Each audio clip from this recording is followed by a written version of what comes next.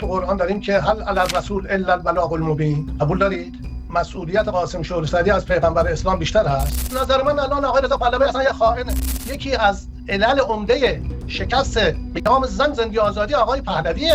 این قضیه افشاگری راجع به خیانت آقای رضا پهلوی، همونطوری که رضا پهلوی رو همسنگ آقا رضا پهلوی رو ول کنید. شما دارید کشتن مردم رو توجیه می‌کنید. آقا ادب داشته باش لااقل. رضا پهلوی رو ول کنید. آقا ایشون رو ول کنید. شما چرا توجیه می‌کنید؟ چقدر مردم ایران تاوان باید پس بدن به خاطر افکار شماها؟ چقدر میباید جمهوری اسلامی به خاطر شما بقا پیدا کنه؟ تا کی می‌خواید حمله کنید به جریان اکثریت؟ اگر امروز ایران ما به قهقرا رفته به خاطر وجود افسار شما هستش که در اون نکبت 57 بودید، در کشتن مردم عادی، در کشتار پادشاهی خواهان، در کشتار بهائیان، در کشتار اهل سنت، در کشتار مسیحیان، در کشتار تک تک مردم ایران تا به امروز بودید و امروز از فلاکتی به نام سپاه دارید حمایت می‌کنید.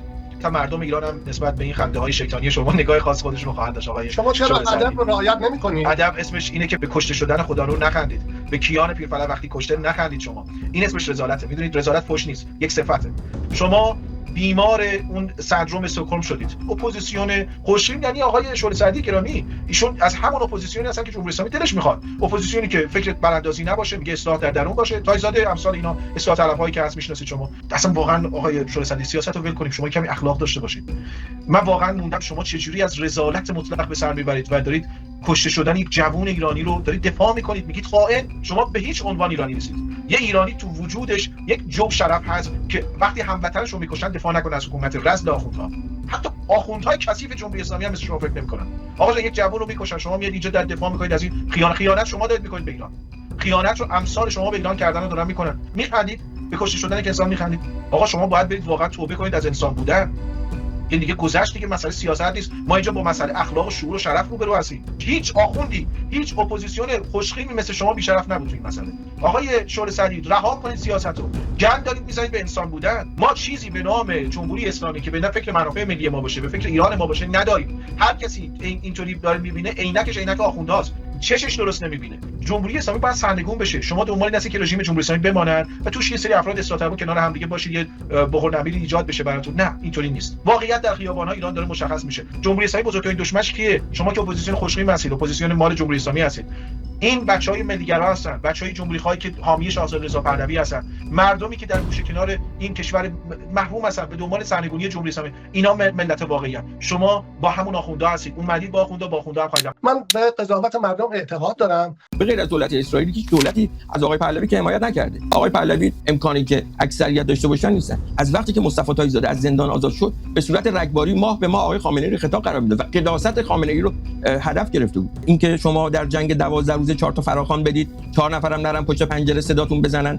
ما تا پیش از این با آقای پهلوی چیزی نمیگفتیم، در زمان جنگ هم حرف نزدیم، فقط گفتیم با جنگ نمیشه کاری کرد. با الگوهای مثل الگوی کانون‌های شورشی بخوان گارد جاویدان درست بکنن و یارویگیری بکنن در داخل. خب اینا هست. ما در زندان هم بودیم، با این دوستان بودیم. میرحسین موسوی 5 میلیون آدم براش اومدن کف تهران، قالیباف اعلام کرد 5 میلیون آدم اومدن. هیچ وقت نگو من رهبر مردم هستم، رهبر جنبش هستم. اگر کسی سنگ زد، ما توقع اون آقای پهلوی بیاد محکوم بکنه، نه یاد دستشو بکنه تو جیبش بگه مرسی که واسه من شعار دادید. خمینی هم این کارا رو نمی‌کرد که فکر می‌کرد از آسمون اومده. مسئله متر و معیار رو کف خیابون میسنجن. کف خیابونم اون دسته بالا داره که وقتی نیروی سرکوب داره میزنتش، میره بالای ماشین شعار میده. مصطفی تاج‌زاده است که از توی زندان هفته یک بار نامه می‌نویسه به خامنه‌ای. ابوالفضل قدیانی که هفته یک بار تمام زندگی خامنه‌ای رو از بالا تا پایین میاره و میبنده. و میرحسین موسوی شاهزاده رضا پهلوی و جریان ایرانگرا صریح‌ترین، شفاف‌ترین، چارچوب‌دارترین، با اصول‌ترین، هم گذشته شفافی دارن، هم پایگاه اجتماعی مشخصی دارن. هر زمانی که مردم دور هم جمع میشن، این خاندان رو صدا زدن. شما همین حادثه مشهد رو نگاه کنید. در زمانی که جمهوری اسلامی نامه تبلیغ کرد که بله بعد از جنگ 12 روزه مردم اومدن پشت سر ما، بعد همون مردم در مشهد اومدن توی مسجد زنان محجبه و بی‌حجاب پهلوی به ایران برمیگردد سر زدن. همون چیزی که کابوس خامنه‌ایه. همین آقای رضا همین الان تو سایت تو صفحه توییتر خودت نظرسنجی بذار که مهمترین و مشخص‌ترین اپوزیسیون جمهوری اسلامی کیه. این حرفا مرغ پخته رو به خنده وادار میکنه، شما رو از اون چیزی که هست بی‌اعتبارتر میکنه و از همه مهمتر این سوال رو پیش میکشه که بله پهلوی باشه اپوزیسیون واقعی و قدرتمند نیست. تو آقای رزاق، آقای نمیدونم خانم نرگس محمدی، هر کسی دیگه، اول بیاید به مردم بگید رهبرتون کیه، خط و خطوطتون چیه، نظرتون راجع به فاجعه 57 چیه، دقیقاً برای آینده چی میخواید، نه اینکه اپوزیسیون باشید ولی در کنار جمهوری اسلامی فقط کارتون تخریب پهلوی باشه. خب کسی که اینجوری تحلیل میکنه تجمع به قصد سرنگون کردن کلیت جمهوری اسلامی اساسا از دیماه 96 به بعد رو میاره به فعل و انفعالات درون حکومتی مثل جنبش سبز نسبت میده که نصف مقامات جمهوری اسلامی خودشون تو تجمع بودن، سخنگوی دولت و فلان. این یعنی که با دنیای سیاست ایران باید خداحافظی کنه اگر صادقانه این حرفا رو میزنه. بحث شاه بود. شما نگاه کنید از وقتی که مهدوی آزاد ما بزرگ شدیم تا دبیرستان هنوز فکر می‌کردیم ساواک به دختر طالقانی جلو چشم خودش تجاوز کرده و طالقانی هم برای اینکه مصیبت کمتر بشه زیر لبش صیغه خونده. اصلا تمام گفتمان شما، چارچوب فکریتون، حرکتاتون، کارهای عملیتون فاشیسم بوده، آدمکشی بوده، ترور بوده، از کارآفرین بگید کشتید، به گربه رحم نکردید. میلیون‌ها کارمند توی ایران دارن کار میکنن تو سیستم اداری ولی ضد جمهوری اسلامی ان، اندازه خودشون ریسک میکنن، چرخ این تحقق رو کد میکنن، ولی هزاران نفر خارج از کشورن دارن جمهوری اسلامی و پوست اندازیشو مالکشی میکنن. مردم برای این از شما وحشت دارن، چون میگن شما که 57 تا عاشق 57ید، پس حتما آینده ما رو هم شبیه 57 میخواید رقم بزنید. من جریان سرخن طلب رو رقیب میدونم، دشمن نمیدونم. من پادشاهی خواهی رو برگشت دوباره به ارتجاع میدونم، با برگشت رو به استبداد میدونم. به قول آقای تاج‌زاده میگه هیچ گفتگوی ملیه از آیداری تا پهلوی. مگه آقای پهلوی الان مسئله وحدت ملی، مسئله تفریقه ملیه.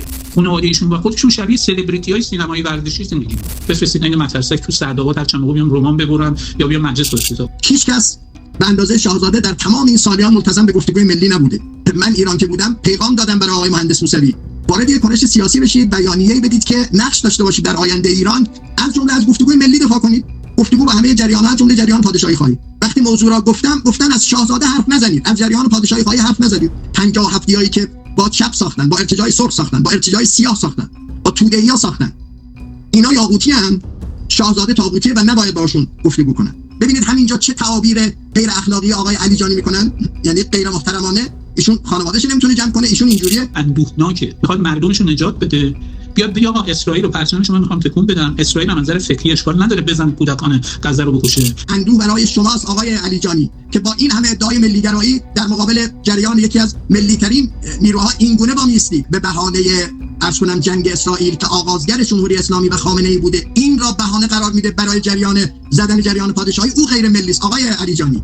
شما الان با این نگاه آقای موسوی هم همینجوری قضاوت میکنید یا به قول شما فقط میخواید اسقاط خاص کنید، رهبریتون رو مشخص کنید، احاله به آینده ندید، احاله به موهوم ندید، بعداً یه رهبری سر برمیارن یا یه عده جمهوری خواهان گفتن رهبر منم رهبر تویی. مگه در این مبارزه سیاسی احاله به موهوم میشه داد؟ امروز مردم ایران به کارنامه نظام پهلوی که 2 تا پادشاه مادام العمر داشت، مردم به کارنامه اونها نمره قبولی میدهند. رضا شاه را ایران ساز میدونن، محمد رضا شاه را ایران ساز میدونن. ببین آقای رضا پهلوی خب ایشون چه کاری ویژه‌ای الان میکنه، چه کار ویژه‌ای کرده که شما مرتب میگید منسجم ترین، با برنامه ترین، فلان ترین؟ یعنی آقای رحیم گومشی تو تهران اکتیویتی سیاسیش بیشتر از آقای رضا پهلویه.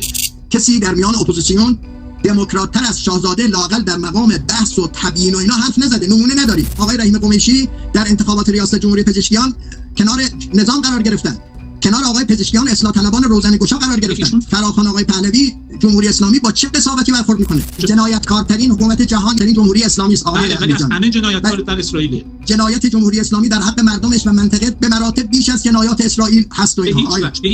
آقای خامنه‌ای در قصه واکسن که ممانعت از واکسن 50,000 ایرانی رو کشت، معادل آنچه که در غزه کشته شدن. آقای خامنه‌ای در کشتن 500,000 سوری با همدستی سلیمانی قبل از وقوع داعش در سوریه دخالت داشته. آقای خامنه‌ای در سال 98,000 اینا رو به من نمیدید آقای نصیر، اینا رو خودم از شما اجازه نه به شما باید گفت اتفاقا. آقا شما ضد آزادی، بخشی از مردم ایران، حالا یا جمهوری خواه یا پادشاهی خواه، پرچم اسرائیلی میخواد بلند کنه. اسرائیلی دوست خودش میدونه. بنده آزاد هستم بگم شما مزدور اسرائیل هستید. یعنی اینو بذارین دیگه بینندگان قضاوت کنن دیگه.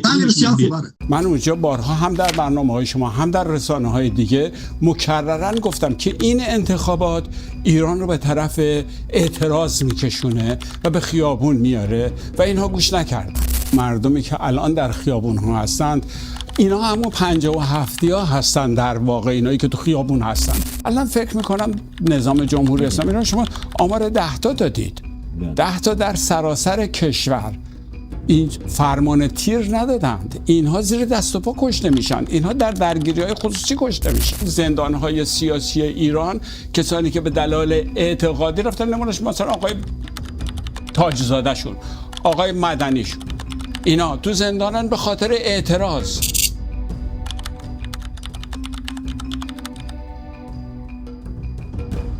آقای نگهدار میگن که انقلاب 57 برای صندوق رای بود. من فکر نمی‌کنم شما سال 57 برای صندوق رای انتخاب کردید. شما کعبه آمالتون شوروی کمونیستی بود.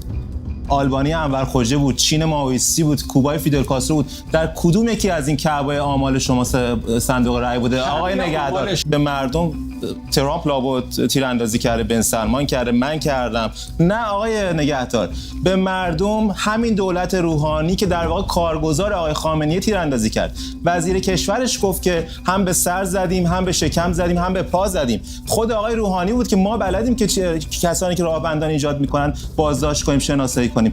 جدا نکنید این سیستم جمهوری اسلامی رو بد و بدترش بکنید.